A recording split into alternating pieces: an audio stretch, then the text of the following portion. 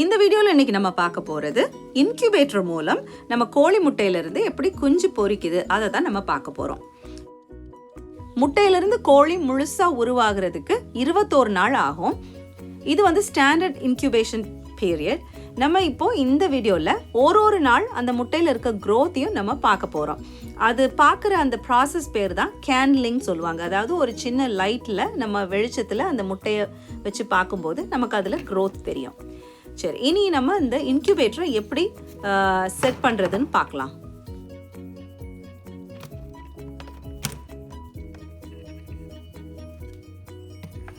இப்போ இது நான் யூஸ் பண்ணுறது கடையில் வாங்கின ஆன்லைனில் வாங்கின இன்குபேட்டர் தான். வீட்லேயே இன்குபேட்டர் செய்யலாம் அப்படின்னு ஆன்லைனில் நம்ம யூடியூப்பில் பார்த்து வீட்லேயே நான் இன்குபேட்டர் செஞ்சு அதில் ஒரு செட்டு முட்டை வச்சேன். அது என்ன ஆயிடுச்சுன்னா, நமக்கு அந்த ஸ்டெடியாக இல்லை, டெம்பரேச்சர் ஸ்டெடியாக இல்லாமல் தெர்மோஸ்டாட் ஃபெயிலியர் ஆகி எல்லா முட்டையும் நல்ல ஹாஃப் பாயில் ஆகிடுச்சு. அதனால் அந்த ஐடியாவை ட்ராப் பண்ணிவிட்டு இப்போது இந்த இன்குபேட்டரில் நான் ஃபர்ஸ்ட் டைம் இதான் முதல் செட்டு இந்த இன்குபேட்டரை யூஸ் பண்ணுறேன். இப்போ இதில் முட்டை இது என்னுடைய கோழிகள் போட்ட முட்டை தான். இது வீட்டில் உள்ள என் வீட்டில் உள்ள முட்டை தான். நீங்கள் எடுக்கிற முட்டை அழுக்கா சில சமயங்களில் இருந்துச்சுன்னா அதை சோப்பு போட்டெல்லாம் கழுவிடக்கூடாது. லைட்டாக ஒரு ஈர துணியோ பேப்பர் டவலையோ வச்சு மெல்லமாக ஜென்டிலாக நீங்கள் அதை தொடச்சி எடுக்கணும். மற்ற எந்த கெமிக்கலும் அது மேலே பற்றக்கூடாது. இப்போ வீட்டில் கோழி இல்லாதவங்க ஆன்லைனில் கூட நம்ம ஃபர்டிலைஸ்ட் எக் வாங்கலாம். இல்லாட்டா நீங்கள் லோக்கல் கிரேக் லிஸ்ட் இருக்கும்ல உங்கள் ஏரியாவில், அது பாருங்கள். கிரேக் லிஸ்ட்டில் நிறைய எல்லா இதுலேயும் லிஸ்டிங் இருக்கும். ஃபர்டிலைஸ்ட் எக் ஒரு முட்டை $2 விற்பாங்க. இல்லாட்டா $2 to $5 இருக்கும் ஒரு ஃபர்டிலைஸ்ட் எக். அதையும் நீங்கள் வாங்கிக்கலாம். இப்போ நான் இது 2 ராடுக்கு நடுவில் இந்த முட்டையை அடுக்கிறேன். இந்த ராட் என்னென்னா, அது எக் டர்னர். முட்டை ஒரே பொசிஷனில் அப்படியே ஃப்ளாட்டாக வச்சிடக்கூடாது. அதை ஒரு நாளுக்கு 3 தடவையாவது அதை திருப்பி விடணும் அந்த முட்டையை. இது இது ஆட்டோமேட்டிக். அந்த ராட் சைடில் ஒரு மோட்டரில் கனெக்ட் பண்ணியிருக்கு. அப்போ அந்த ராட் ரொட்டேட் ஆகும். 2 ராடுக்கு நடுவில் தான் அந்த முட்டை இருக்குது. ராட் ரொட்டேட் ஆகும்போது அந்த முட்டையும் டேர்ன் ஆயிரும். ஸோ இதுதான் அந்த மோட்டரை கனெக்ட் பண்ணுது. பேஸை இந்த லிட் மேலே தான் மோட்டர் இருக்குது. அதோட மூடியில் தான் அதுக்கு மோட்டர், ஃபேன் எல்லாமே இருக்குது. கேண்டில் பண்ணுற அந்த ஒரு சின்ன ஒரு லைட்டும் இருக்கும். அது எதுக்குன்னா, நம்ம அந்த எக்கு கேண்டில் பண்ணுறதுக்கு, அதை பார்க்குறதுக்கு நல்ல முட்டையாக கட்ட முட்டையான்னு பார்க்குறதுக்குள்ள எக் கேண்டிலிங் லேம்பும் அங்கே தான் இருக்குது. இது சைடில் சும்மா நம்ம பாக்ஸை திறக்கக்கூடாது. அப்புறம் டெம்பரேச்சர் கூடி குறைஞ்சி ஸ்டெடியாக இருக்காது. அதனால நம்ம தண்ணியை இந்த சைட் சின்ன துவாரம் வழியாக தான் நம்ம அதை ஃபில் பண்ணுவோம். தண்ணியும் எப்பவும் ஒழுங்காக இருக்கணும். சரி, இனி நம்ம டே 1ல இருந்து டே 19 வரைக்கும் உள்ள அந்த எக் க்ரோத்தை நம்ம பார்க்க போகிறோம். கேண்ட்லிங், அது அந்த கேண்ட்லிங் முறைப்படி நம்ம பார்க்க போகிறோம். பார்த்தீங்களா, லைட் எல்லாம் ஆஃப் பண்ணிவிட்டு நம்ம பார்த்தோம்னா இது டே 1 முதல் நாள். முட்டை இந்த மாதிரி இருக்குது. ஃபர்டிலைஸ்ட் எக் பாருங்கள், அந்த ஒரு ஸ்பாட் மட்டும் கொஞ்சம் மற்றதெல்லாம் எல்லோவாக இருக்குது. இது 2வது நாள். அந்த ஆரஞ்சு ஸ்பாட் கொஞ்சம் நல்ல பெருசாகிட்டே இருக்குது பார்த்தீங்களா. இது 2வது நாள். சின்னதாக ஏதோ ஒரு சின்ன ப்ராமிசிங்காக இருக்குது, ஏதோ ஒரு சின்ன க்ரோத் மாதிரி இருக்குது. ஸோ இது 2வது நாள்.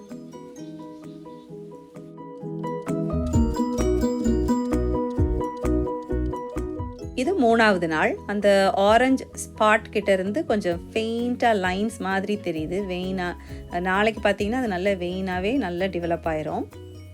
ஸோ இது 3வது நாள்.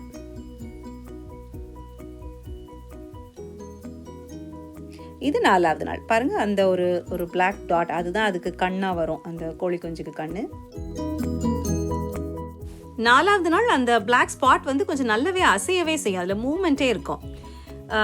4வது நாளே நம்ம எல்லா முட்டையும் கேண்ட்லிங் பண்ணி அதில் எதெல்லாம் கெட்ட முட்டை, கொஞ்சம் பொரிக்காது, நோ ஹோப் அப்படின்னு இந்த முட்டைக்கெல்லாம் ஹோப்பே இல்லை. மேலே இந்த மாதிரி இருக்கக்கூடாது, வெயினோ எதுவும் இல்லை. இது அந்த ப்ரௌன் ஏன் டார்க்காக தெரியுதுன்னா, இது அந்த நல்ல ஒரு ப்ரௌன் முட்டையாக இருந்துச்சுல, அந்த ப்ரௌன் முட்டை. வெள்ளை முட்டைனா நல்லா கொஞ்சம் கிளியராக தெரியும். பார்த்தீங்களா, இந்த முட்டை சரியில்லை. 5வது நாள் பாருங்கள், அந்த பிளாக் ஸ்பாட் கொஞ்சம் அப்படியே பெருசாக ஆகிட்டே இருக்குது.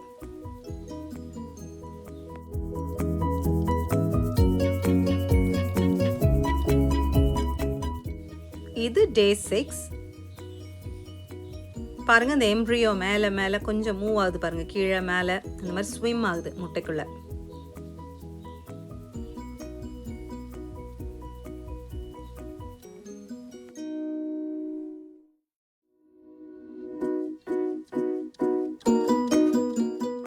பாருங்க, 7வது நாள். இது 7வது நாள்.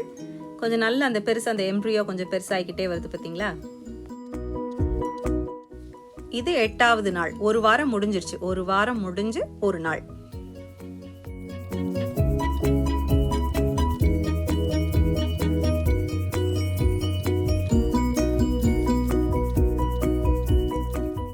இது 9வது நாள்.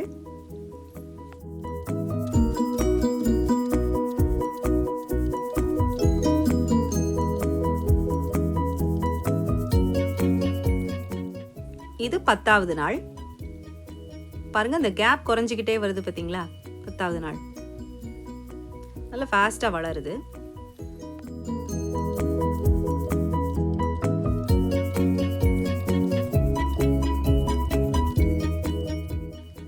இது 11வது நாள்.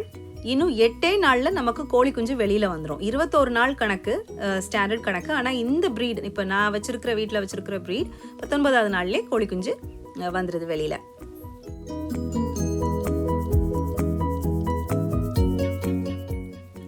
இது 12வது நாள். எப்படி இருக்குன்னு பார்க்கலாம்.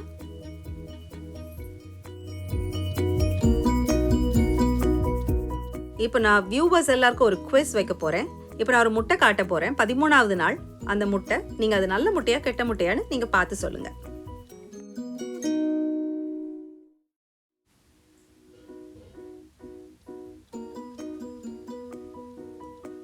பதிமூணாவது நாள் எப்படி இருக்கு அப்படின்னா ஒரு வெயினோ எதுவும் இல்லை. நீங்க பார்த்துருப்பீங்க 12வது நாளே எப்படி முட்டை இருக்குன்னு.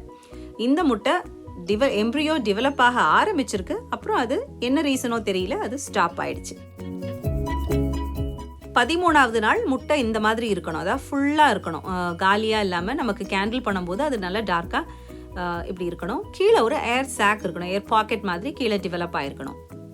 ஏன்னா இன்னும் 6 நாளில் நமக்கு குஞ்சு பொரிக்க போகுது. பார்த்தீங்களா, அந்த மாதிரி வெள்ளை ஒரு ஸ்பேஸ் தெரியுதுல, அதுதான் ஏர் பாக்கெட், ஏர் சாக்.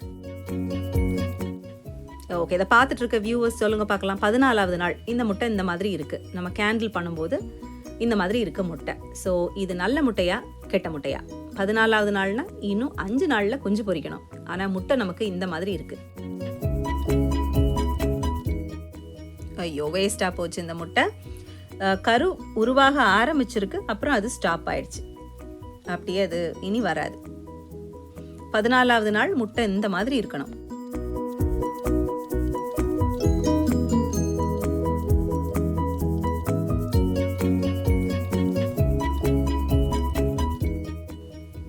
இது 15வது நாள். ரொம்ப எக்ஸைட்டடா இருக்கு. இன்னும் 4 நாள் தான் இருக்கு நமக்கு குஞ்சு பொரிக்கிறதுக்கு.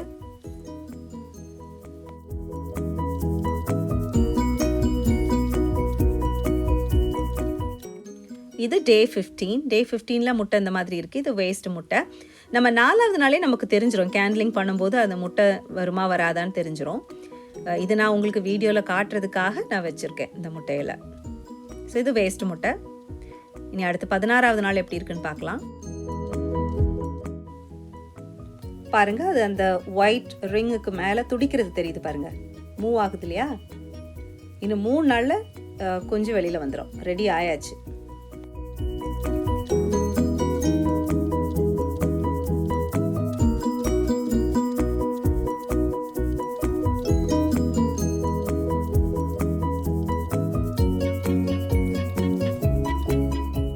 பதினேழாவது நாள் ஆச்சு. 17வது நாளும் ரொம்ப உள்ள ஒன்றுமே தெரியாது நமக்கு. பிளாக்காக தான் இருக்கும் ஃபுல்லாக. கீழே அந்த ஒரு ஏர் சாக் மட்டும் இருக்கும். சில சமயங்களில் உங்களுக்கு அந்த கோழி குஞ்சு துடிக்கிறது தெரியும். இனி 18வது நாளும் 19வது நாளும் நம்ம கேண்ட்லிங் பண்ண போகிறது இல்லை. அதை இனி ரொம்ப டிஸ்டர்ப் பண்ணக்கூடாது. அதை அப்படியே வச்சிடலாம். தெரியவும் செய்யாது நமக்கு. ஆனால் கேண்ட்லிங்கும் பண்ணுற அவசியம் இல்லை.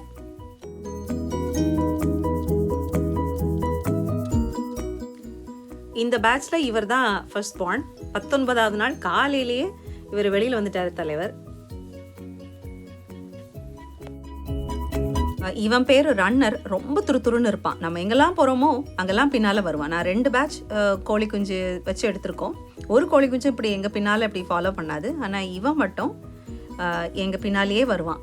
நாங்கள் எங்கெல்லாம் போகிறோமோ அங்கெல்லாம் பின்னாலே வருவான்.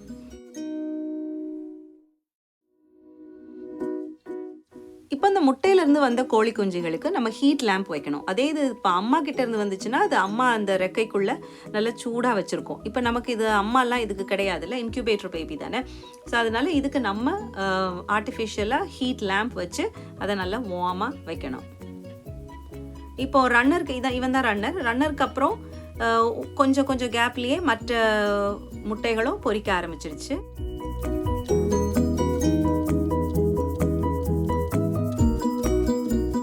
பத்து கோழி குஞ்சுகள், முதல் பேட்சில் 5, ரெண்டாவது பேட்ச்லேயும் 5 கோழி குஞ்சு. அதில் இந்த ரன்னரை மாதிரி எந்த கோழி குஞ்சும் எங்களை ஃபாலோ பண்ணாது, கண்டுக்காது எங்களை. ஆனால் இது மட்டும் நாங்கள் எங்கே போனாலும் பின்னாலேயே வரோம். ரொம்ப ஒரு வித்தியாசமான அனுபவமாக இருந்தது.